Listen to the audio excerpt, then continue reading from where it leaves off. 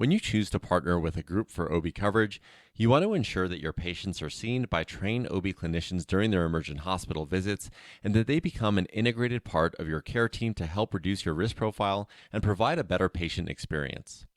Today, we'll talk about the criteria for choosing an OB hospitalist partner, and here with us to discuss is Asia Dean, the Senior Director of Strategy and Business Development at Dignity Health. This is the Obstetrics Podcast from OB Hospitalist Group. I'm Prakash Chandran. So, Asia, it's great to have you here today. Can you tell us a little bit about your role at St. Rose Dominican Hospital? Thanks so much, Prakash. So, I've been with Dignity Health in Nevada since 2014. My role here is really around strategic planning and growth planning. So, I do service line forecasting for the hospital, service line growth initiatives, including related to maternal child, which is what we're talking about today, set up strategic partnerships for the hospital system, and really just try to make sure that our hospital system here in Nevada is well positioned into the future to serve our patients in the way that we want to see our community be served. Okay, and I know that dovetails into your hospital's labor and delivery unit objectives. Can you expand on those a little bit more? Sure. So we have 17 LDRP, labor and delivery rooms. We also have 16 mother-baby rooms.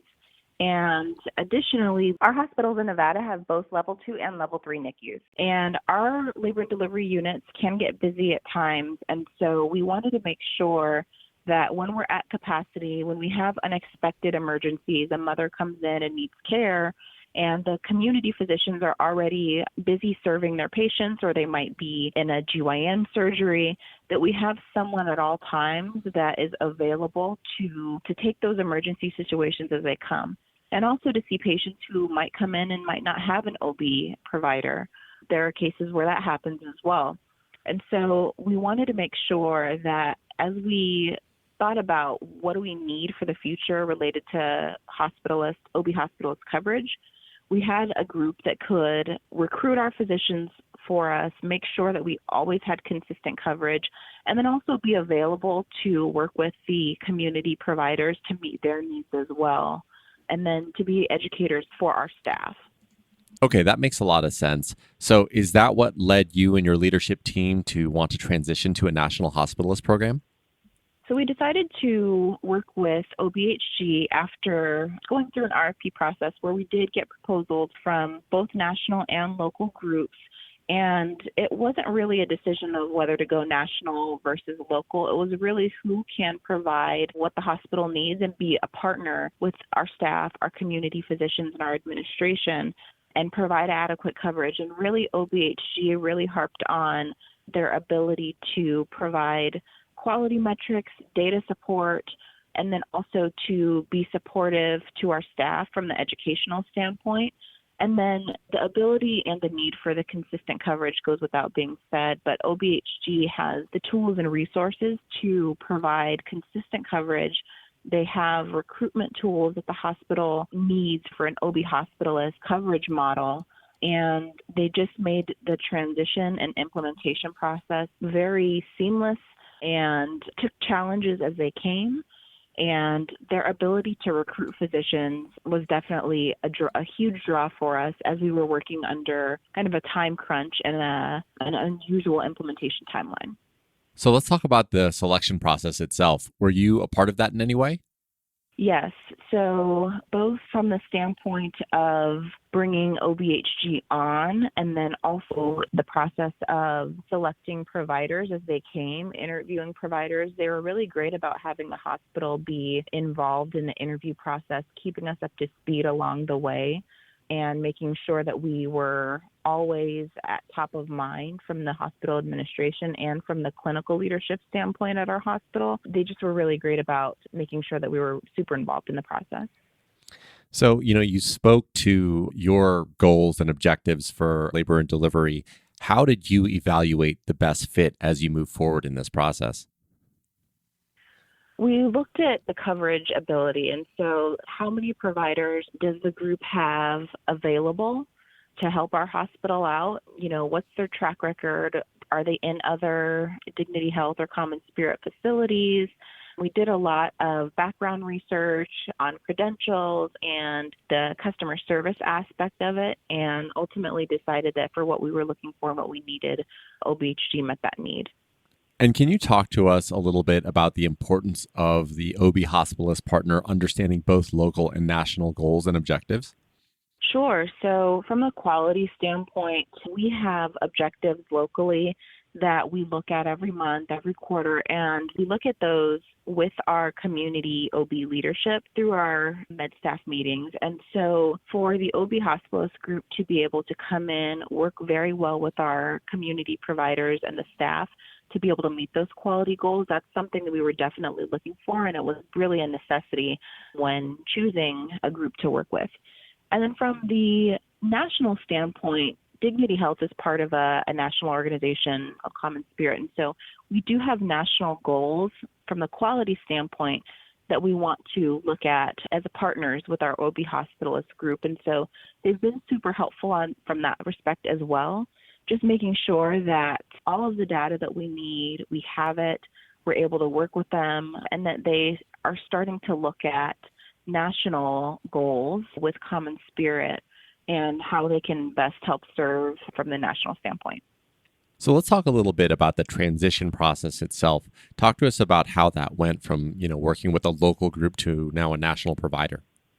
So the transition process was actually as smooth as it could be given the timeline. And we had a unique implementation in that we were working together to get the new group integrated within our hospital system within roughly a 90-day period. And that's not something that's very common at all. I think for both groups, we achieved something that, we hadn't done previously. But it was a relatively well-integrated process because both teams were so completely invested and involved throughout the entire process. Now, doing a short implementation is not without challenges, and when you can have more time to prepare, I would recommend it, just to make sure that you have adequate time to do the planning and not so much in a time crunch. But that being said, we did a great job of working together and getting everything off the ground. And then we worked through the challenges together as they came and just remained flexible and open and ready to do whatever was needed to make sure that the partnership was successful. So besides having maybe a little bit more leeway for the transition, what advice do you have for hospital administrators that are considering a partner for OB coverage? I would say be open to the idea that quality is something that definitely can't be compromised when you're choosing a group, to make sure that you and the group are aligned first on quality, and then also to consider the potential drawbacks of having to have recruitment challenges, and trying to tackle that on your own is something I think that is really difficult from the hospital standpoint. So, not to neglect the importance and the benefits of having a national group who has really a robust toolkit for recruitment and the ability to have providers on site and quality providers on site within the amount of time that the hospital needs. I think that's really important. And you touched on some of the criteria that you were considering when you were evaluating the best fit. But for these hospital administrators, what should they be considering when they're making their selection? So as a hospital administrator, there's always going to be a number of criteria and metrics that you look at. Usually the first is cost, and I would say that OBHG is never the cheapest option, and we found that as well. But as we looked at what we needed to be an excellent program, to administer an excellent program into the future, we found that working with OBHG was and has been so far a process that has made it easier on the hospital side to be able to implement. We've been working together on quality. We have developed multiple initiatives to be able to cater to and reach out to the community, both from the patient standpoint and the OB standpoint. And we've been getting a lot of really good feedback from our staff so far, even though we're early in the process. Lots of great feedback from the staff, from our community OBs, and then also from patients and others in the hospital. So we definitely think that we made a good choice there, and we're happy with how the implementation has gone. And then outside of cost, you're also going to be looking at quality metrics and you're going to be looking at the group's ability to fill recruitment needs and make sure that there's no gaps in coverage. So those are, I would say, the three main things that a hospital administrator is going to want to consider. Great. And just before we close here, do you have any final thoughts that you would like them to take away from this conversation? Just final thoughts would be remain open and enjoy the process. I think for me, being super passionate and, just in my role period, maternal child is one of the areas that I love working in and working on. And so when you have the conversations with OBHG, allow them to listen to kind of what our hospital needs are, but then also to really demonstrate the full capabilities of what their program can provide, because they have a lot of really robust tools and service offerings. They're flexible. They add new things all the time to offer to the facilities. And so just remain open in those conversations to learning new things about not only what OBHG can provide, but how they're working on new things in the OB world and new ways to serve the community.